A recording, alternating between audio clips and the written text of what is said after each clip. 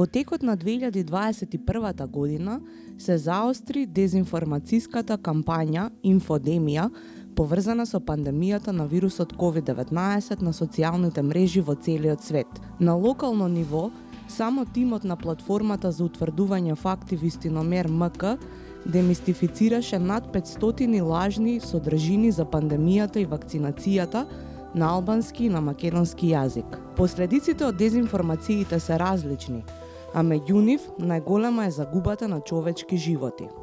Како што истакнува доктор Александра Ѓоргиева во интервју за портал МК, во Северна Македонија негирањето на пандемијата е директна последица на инфодемијата. Како последица на тоа, луѓето не се обраќаа за помош во болница во рана фаза на инфекцијата со COVID-19 или пак бара алтернативи за третман без консултација со лекар. И сето тоа резултираше со оптоварување на болничките капацитети во нашата земја.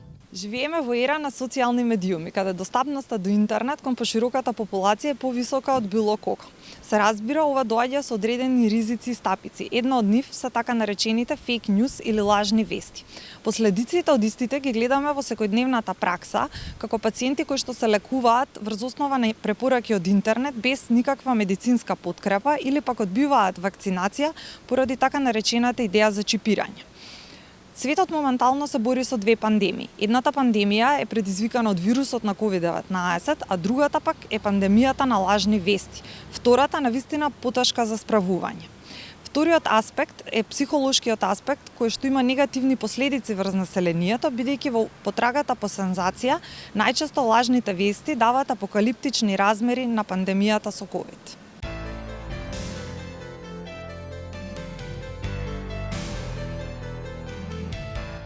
Дезинформациите беа предизвики за самите лекари, од кои многумина, иако со соодветно медицинско знаење за пандемијата, честопати мораа да се сомневаат во нивната професионалност. Понекогаш лажните вести во една статија се толку добро прикриени, што дури е тешко и за еден здравствен работник да говори дали се вистина или не.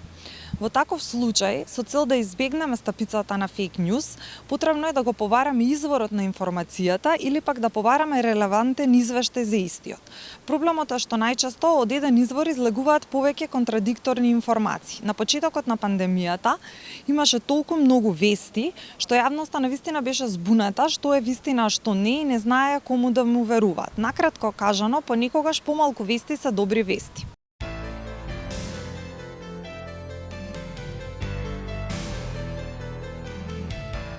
Одредени медиуми кои на различни начини придобиваат од дезинформациите, сега се насочени кон болеста флурона, болест што се јавува кога едно лице истовремено е заразено и со COVID-19 и со сезонски грип.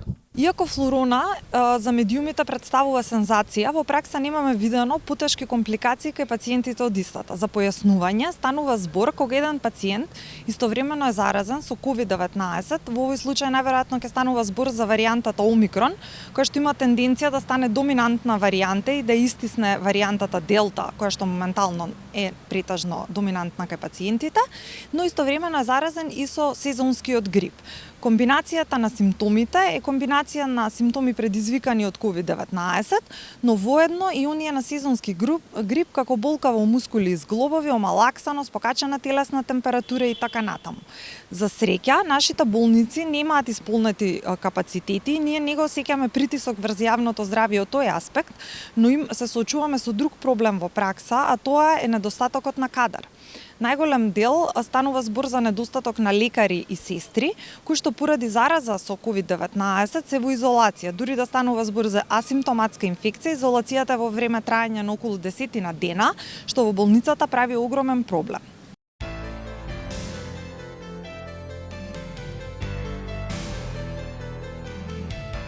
Иако во изминатите денови во јавноста се зборуваше дека пандемијата е при крај, доктор Александра Ѓоргиева вели дека луѓето треба да научат да живеат со коронавирусот.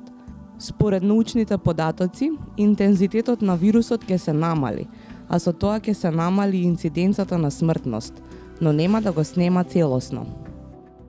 На почетокот на 2022 година генералниот директор на Светската здравствена организација излезе со една оптимистичка изјава дека очекува крајот на пандемијата со COVID-19 да го видиме оваа година. Се разбира доколку има рационална вакцинација, односно вакцините пристигнат во земјите со ниски приходи, како и оптимизација на епидемиолошките мерки во сите земји кои осеќаат притисок врз здравствените системи поради огромниот број на хоспитализации. Во пракса, никој не може да предвиди кога точно ќе дојде крајот на пандемијата со COVID-19, бидејќи истата зависи од многу варијабли, чија што предикција навистина е невозможна да се каже. Но најверојатно последиците врз здравствениот систем и социјалниот воедно ќе ја надминат должината на време траењето на пандемијата. Според мое лично мислење, земјите не треба да се стремат кон така наречениот COVID-0, бидејќи вирусот е тука да остане и ќе се шири во популацијата уште многу долго по завршувањето на пандемијата. Тоа што е битно е да не предизвикува тешки последици врз здравјето на граѓаните и во крајна линија смрт.